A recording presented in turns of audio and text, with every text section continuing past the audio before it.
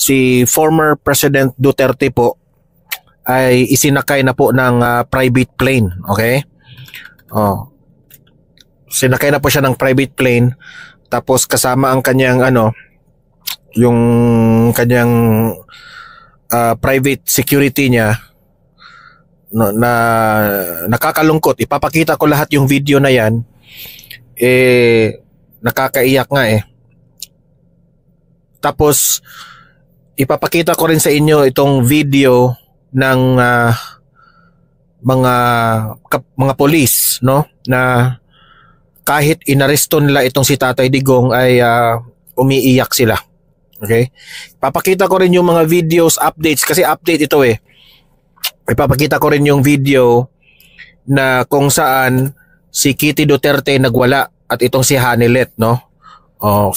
Pinalibutan sila ng mga pulis. Okay? So, lahat ng yun ay talagang utos po. May balita nga, no? May balita na di umano yung eroplano na ginamit na sinakyan ni Tatay Digong papuntang Netherlands, di umano. Ano raw yun? Airplane raw yun ni Martin Romualdez. Gaano ba yan katotoo? Yan ang alamin natin kung yan ba ay totoo. Tapos dadalhin siya doon sa Dubai, pagkatapos i-transport siya doon sa The Hague, no?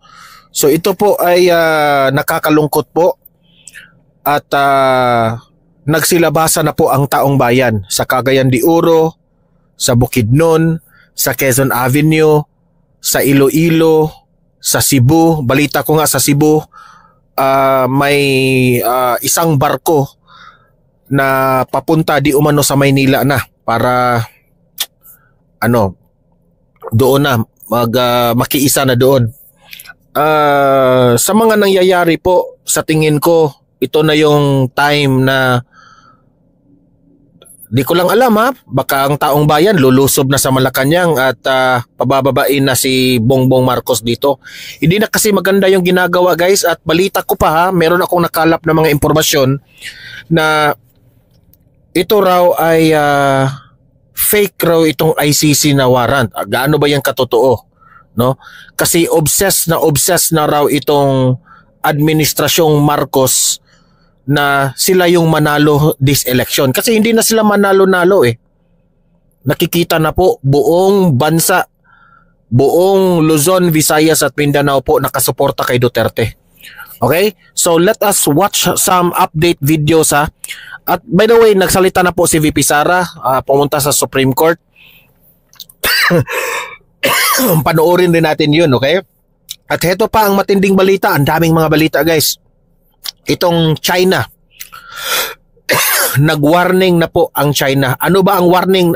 Dahil sa nangyaring pag-aresto nila kay Duterte, nag-warning ang China. Alamin kung anong warning ato, anong kahulugan ng pag-warning ng China, mamaya ipapakita natin yan. Pero bago ang lahat, guys, inuubo ako, guys, kasi hindi ako nakapag-vlog kasi na-overwhelm ako sa daming updates patungkol kay Tatay Digong eh. Okay, pero bago ang lahat, bago natin ito pag-uusapan, help me po na i-like at saka i-share itong ating video. Mag-like and share kayo para marami po ang makakita dito sa mga updates natin. Importante yan para hindi mangmang yung taong bayan. Sabay-sabay tayong mag-like and share sa video na ito. 1, 2, 3, go! Ayan, thank you very much. And also, guys, what do you call this one? I-check ko muna. Sa mga bago pa lang dito sa Donmar TV, mag-subscribe na po kayo para updated kayo lagi sa ating mga maiinit na balita patungkol po dito sa nangyari ngayon ni former President Duterte. At sa mga cellphone ninyo, ma-notify kayo para kung meron tayong updates, breaking news, at kung live tayo ang Donmar TV, okay? Sabay-sabay tayong mag-subscribe. Importante yan. 1, 2, 3, go! Ayan, nakasubscribe na ba lahat? Okay? Check muna natin kung ano yung ating mga updates dito. Ito, unahin muna natin itong pagsakay ni Tatay Digong sa eroplano. Okay? Ito yung pagsakay ni Tatay Digong. Kawawang kawawa ito si Tatay Digong dito guys. Ito, play natin. Play.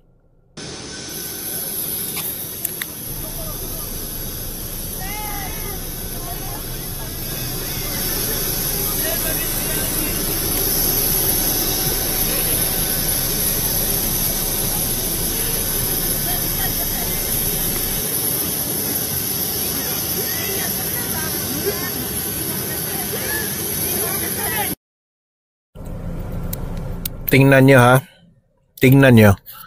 Kahit inaresto na si Tatay Digong ha. Kahit inaresto na si Tatay Digong pero ang nilapitan niya pa yung taong bayan. Diyan mo talaga makikita ha.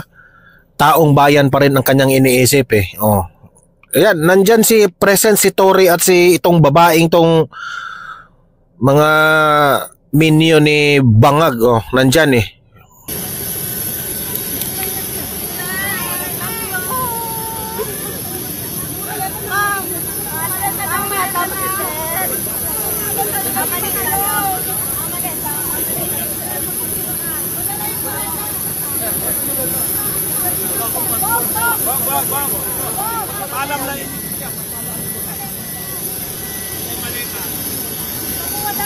Yan si Tory nandyan si Tory.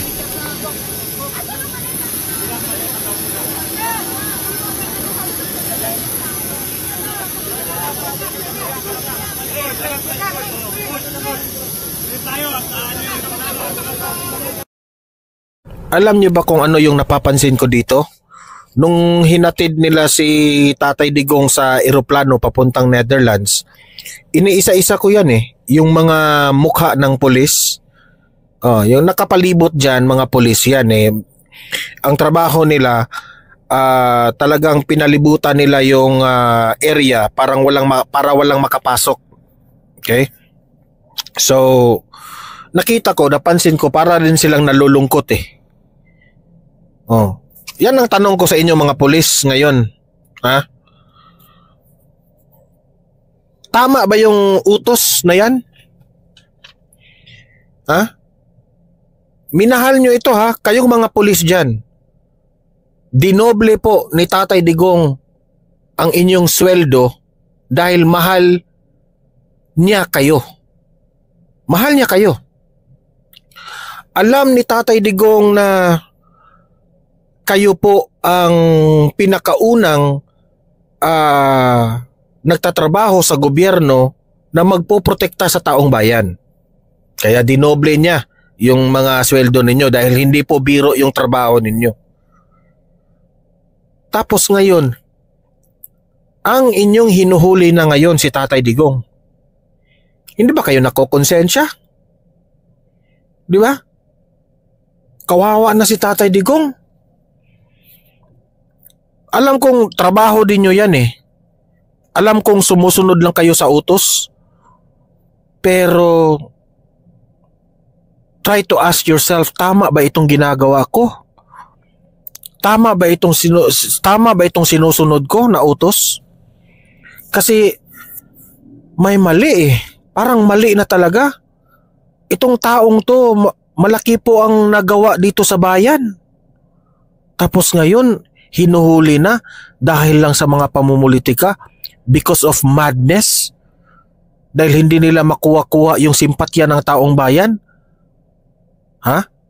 Kasi alam nila sa gabal si Duterte sa kanilang political career. Di ba? Kayong mga pulis na nanonood dito sa vlog ko at kayong mga kasundaluhan, ha?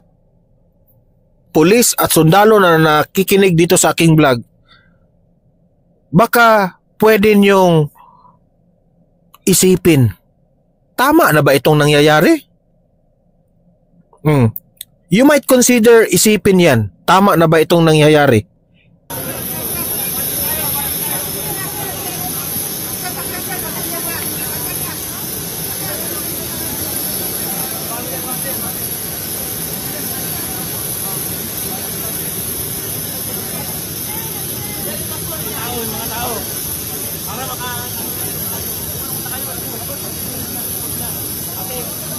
Nasa loob na po si Tatay Digong dyan. Nasa loob na sa aeroplano.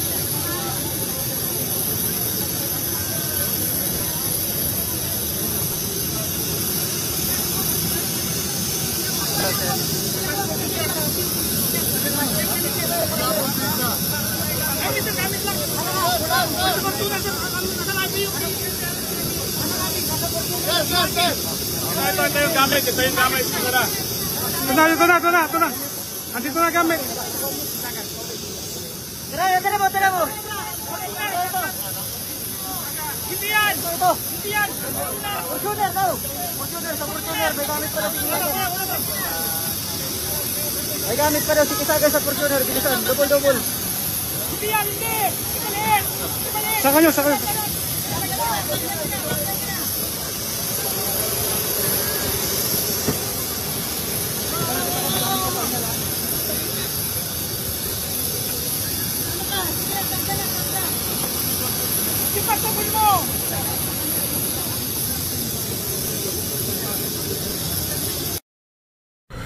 Alam nyo guys, sa totoo lang, ako po ay natatakot para kay Bongbong Marcos. Kasi po, in just how many hours, no? Kaninang umaga hanggang hapon, ha? Pero in just, hindi nga umabot ng 24 hours ha, pero sobrang dami na pong taong lumalabas. I think, heto na po, papunta na po ito sa people power. Ako po'y natatakot kay Bongbong Marcos dito. Kapag ang taong bayan na po ay lumalabas at magsisigawan, kasi alam ko naman galit na yung taong bayan Galit na yung tao. I am pretty sure mag people power ito Ito yung iniiwasan natin Ito yung hindi natin gustong mangyari, itong mag people power na, pero wala na talaga. Dahil sa ginagawa nila kay Tatay Digong, mag people power talaga ito. Walang choice ang tao dito Marami pong umiiyak nung mga ini-interview doon sa mall, in-interview doon sa airport. Umiiyak yung mga tao. Dahil naaawa sila kay Tatay Digong, dahil mahal nila si Tatay Digong. Kasi kaya nga lagi yung sinasabi, good luck talaga kay Bongbong Marcos, good luck sa iyo. Sa totoo lang.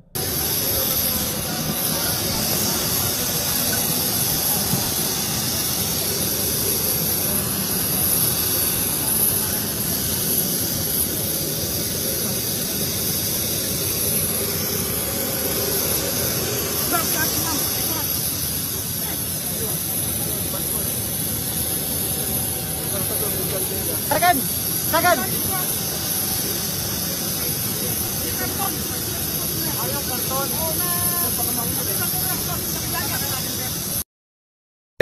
Ito yung sinasabi ko sa inyo. Si former President Duterte po ay walang problema. Wala siyang problema kung siya ay magurgur, wala siyang problema kung siya ay aarestuhin o kung anong gawin ng ICC.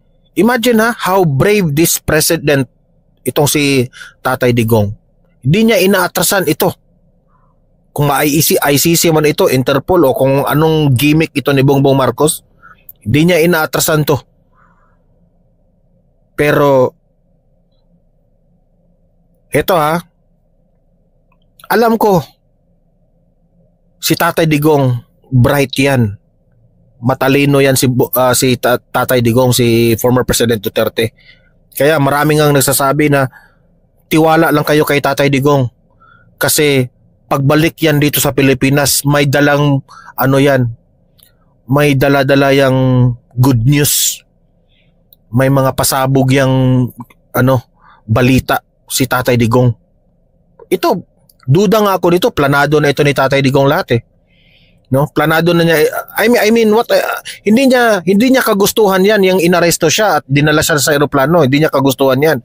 Pero planado niya na ito na kapag dumating itong ganitong sitwasyon, alam niya na kung anong gagawin niya. Kasi yan si Tatay Digong 10 times ahead yung utak niyan Oh, ito, patuloy. Ito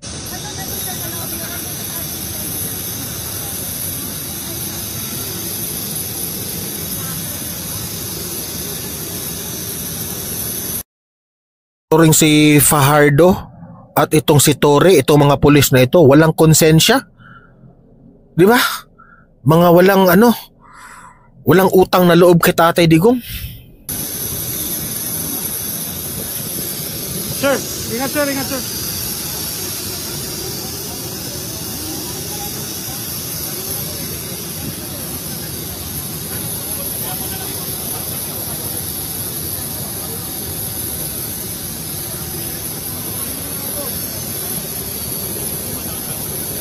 Si Melgadea yung dinala. Sino kasama kayo? ES lang. Si ES saka si Roaming. Roaming saka si Aymen.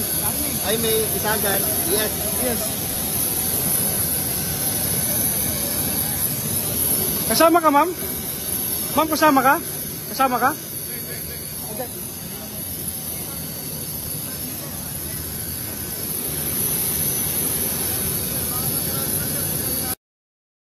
Sa totoo lang, ako'y naawa dito kay Duterte kasi may sakit pa siya eh.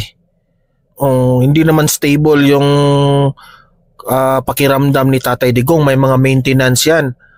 Iyan ang concern ko eh, kung yung mga medicine niya, yung kanyang mga maintenance sa kanyang katawan, nadala ba?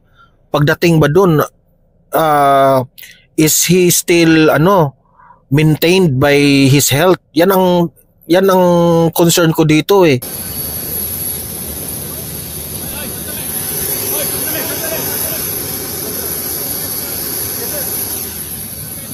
Tama sir, sir ano? Sino sir? Doon sa ibang bansa sir, sa ano? Netherlands. Oo sir. PRD dadalhin sa Netherlands. Yung nag-video na yan ha, di ko alam kung sino nag-video pero confirmed ha, Netherlands siya dadalhin. Aresto ng Banyaga. Na sir, sinama na rin. Wala na sir, wala na. Dali na sir. Ito, pulis na to ng Hague.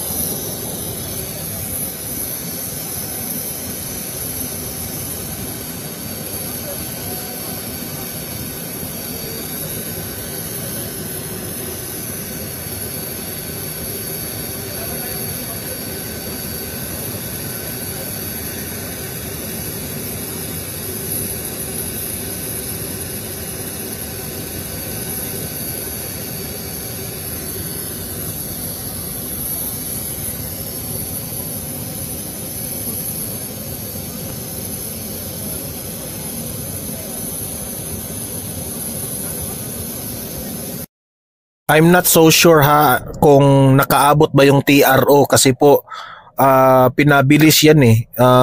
Mismo si Vice President Inday Sara Duterte, sina Atty. Torion pumunta raw doon sa Supreme Court para kukuha ng TRO. Oh.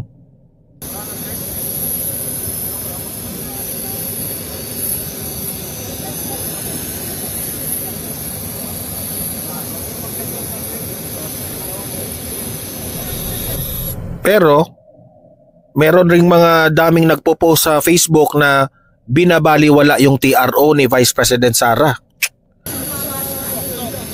Pusado talaga tong gobyernong Marcos.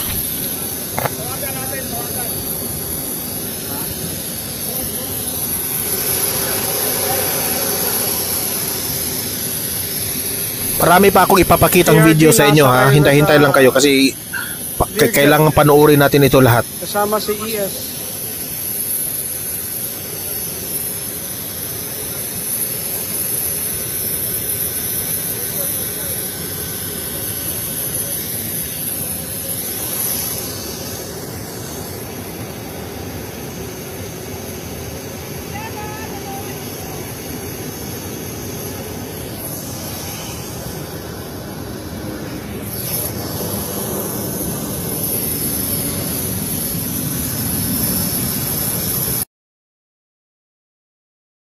Yan, at least nakita natin yung mismo yung pagsakay ni Tatay Digong sa eroplano na yan. Okay, another update.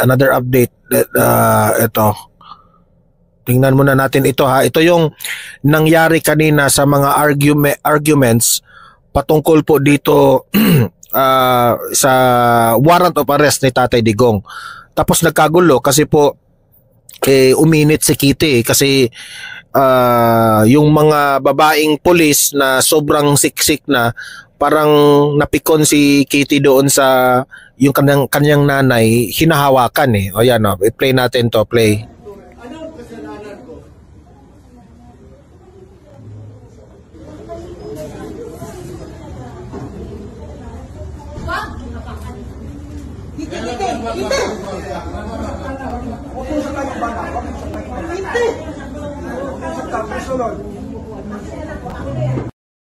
Sumisigaw si Tatay Digong, anong kasalanan ko? Kaya nga, hanggang ngayon, hindi nila mabanggit kung anong kasalanan ni Tatay Digong. Ano yung ikakaso nila kay Tatay Digong? Wala silang mabanggit. Ay nagkagulo, kawawa si Duterte. Oh, tingnan nyo. Grabe talaga. Pero, kung titingnan nyo, alpha talaga si Tatay Digong. Relax lang. Di ba? Makikita nyo dyan, he is still in control. Akin na yung anak ko! Akin na yung anak ko! Akin na, halika dito lang.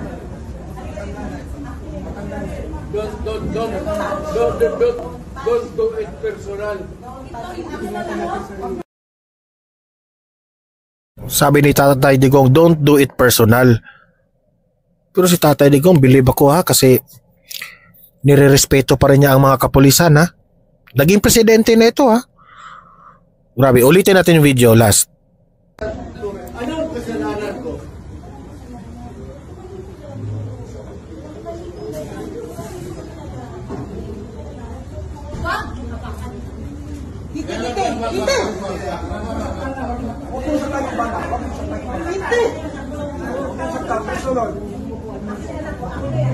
Akin na yung anak ko!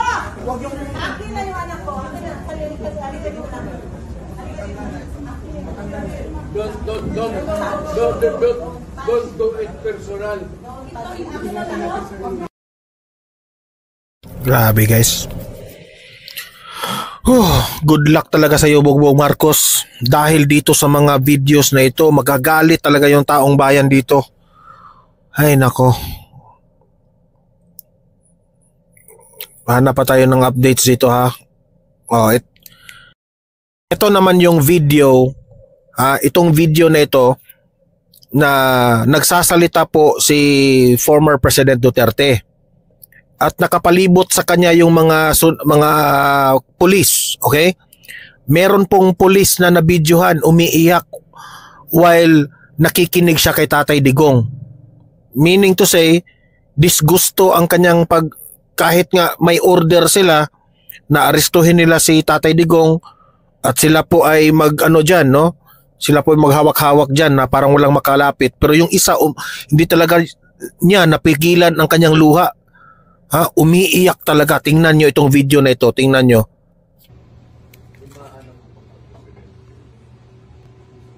Alam ko.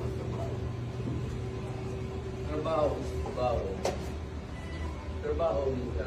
Alam nila. So, respeto nila ito. Si Tatay Digong may nabanggit siya na trabaho nila yan. Binanggit niya, trabaho nila yan, nauunawaan niya ang mga pulis daw. Grabe, nakakaiyak. Respetuhan lang. Anyway, kung hindi nila ako patay. Tingnan nyo, pati si Tore nga, yumuyuko yung ulo ni Tore. Duda ako dito ni Tore, nakokonsensya na to eh. Duda ako nito ni Tore, parang, parang, yan ang sabi ko sa iyo, Tore, kung ikaw po ay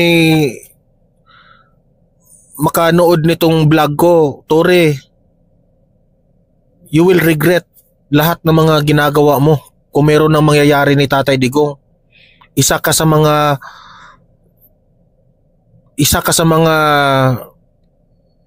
rason na magagalit ang tao sa'yo. Ikaw talagang pagbibintangan dito. Isa ka sa mga nagpatupad ng arrest na yan eh. At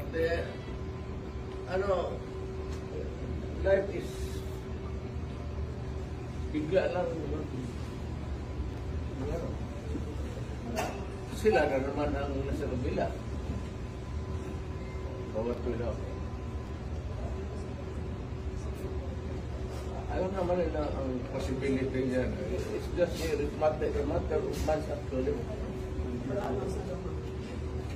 Kung manalo si Inday pagka-presidente, saan ito pulutin ito mga ito? Ubus ito. Kailangan si... Tingnan niyo yung mga pulis na naghawak-hawak ka. Yung isa umiiyak. O yan, yan. Pakita na yan. O. Lalo na ngayon, ng simpatiya. Puta, yan ang plus yan. No, umiiyak na. Pag ilang months na, ibang presidente na naman, isaan ito po. Hindi niya napigilan ng kanyang luha. O, umiiyak yung isang pulis. O. Umiyak siya. Katrabaho lang ito, happen to be, ako, naiintindihan ko. Kaya, sinabi ko, this madness has to end. Ano lang kasi ang procedure kasi. Imagine that one ha. Meron siyang order pero naiyak siya kay Tatay Digong. Alam kong mahal mo si Tatay Digong.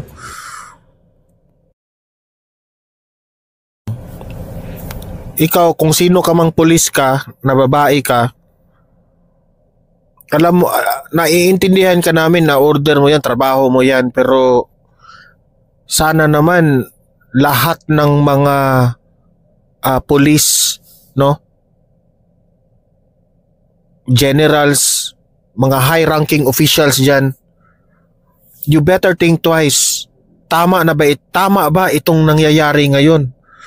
Ayan o, itong isang babaeng pulis hindi niya napigilan ng kanyang luha. Kasi alam niya na may mali. Alam niyang tama itong si Tatay Digong sa lahat ng bagay, pero sinakripisyo po ni Tatay Digong yung kanyang buhay dito. Hanap tayo ng ibang video ha, mga updates. Ito naman, play natin to.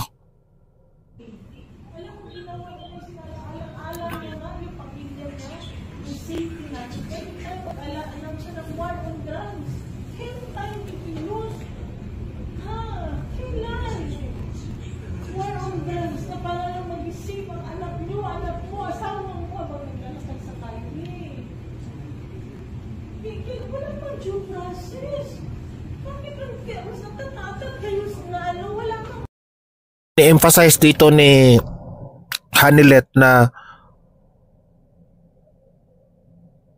ginawa ni Tatay Digong yung war on drugs para sa taong bayan, para sa atin, para sa kamag-anak natin. Yan ang punto ni Hanilet dyan eh. Bakit atat na atat kayong hulihin si Tatay Digong?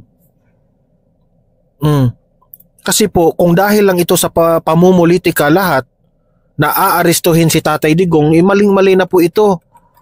Baka kayong mga pulis, you are designed to protect the people. If kung sa tingin ninyo, meron ng hindi tama yung mga nangyayari sa politika, di ba? Dapat piliin, kayong mga pulis, dapat piliin nyo kung ano yung tama. Hindi yung susunod lang kayo sa utos ng mga sa mga politika o sa mga politiko. Hindi na po tama yan. Sa totoo lang. Sige, hanap pa tayo dito ng updates ha. I think yun lang yung ating updates. Ito, basahin muna natin ito yung inilabas na statement ni Vice President Inday Sara Duterte, okay? Sabi dito ni Vice President Inday Sara Duterte, mga kababayan, okay? Ito ha, maganda itong mensahe ni Vice President Inday Sara Duterte. Mga kababayan, Today, our own government has surrendered a Filipino citizen, even a former president, at that, to foreign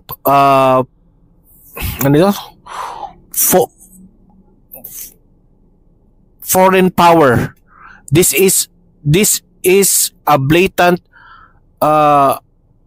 affront to our sovereignty and an insult to every Filipino who believes in our nation's independence. Kaya nga ang pag-aresto kay Tatay Digong, ito po ay insulto sa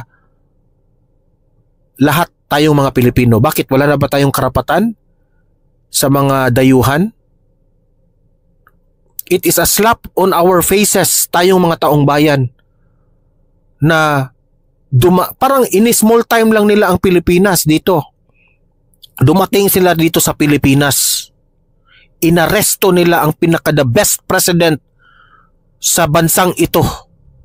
At tayong taong bayan, hindi tayo makagalaw dahil kinakampihan nitong gobyernong Marcos. Hindi po ito tama. Hinahayaan lang ni Bongbong Marcos. Dapat itong si Bongbong Marcos talaga, dapat mag-decide na ang taong bayan. Dapat patalsikin na ito sa pwesto. Worse, former President Rodrigo Roa Duterte is being denied his fundamental rights since he was taken this morning. He has not been brought before any competent judicial authority to assert his rights and to allow him to avail of reliefs provided by law. As I write this, he is being forcibly taken to The Hague tonight. This is not justice. This is oppression and persecution. This is not justice. This is madness. Lagi yung sinasabi ni Tatay Digong, this is madness. Grabe. Tama talaga itong mga statement ni VP Sara. The act shows the world that this government is willing to abandon its own citizen and betray the very essence of our sovereignty and national dignity. God save Philippines, Sara Z. Duterte. Alam nyo, sa totoo lang, ito po ay pambabastos po ni Bongbong Marcos sa mamamayang Pilipino. Si Bongbong Marcos po, walang hiya, hinayaan niya ang mga dayuhan. Pero wala naman tayong nakitang dayuhan doon Pero, merong mga nagsasabi baka peke itong warrant of arrest ng ICC. Baka ito gawa-gawa ng Romualdez at Marcos.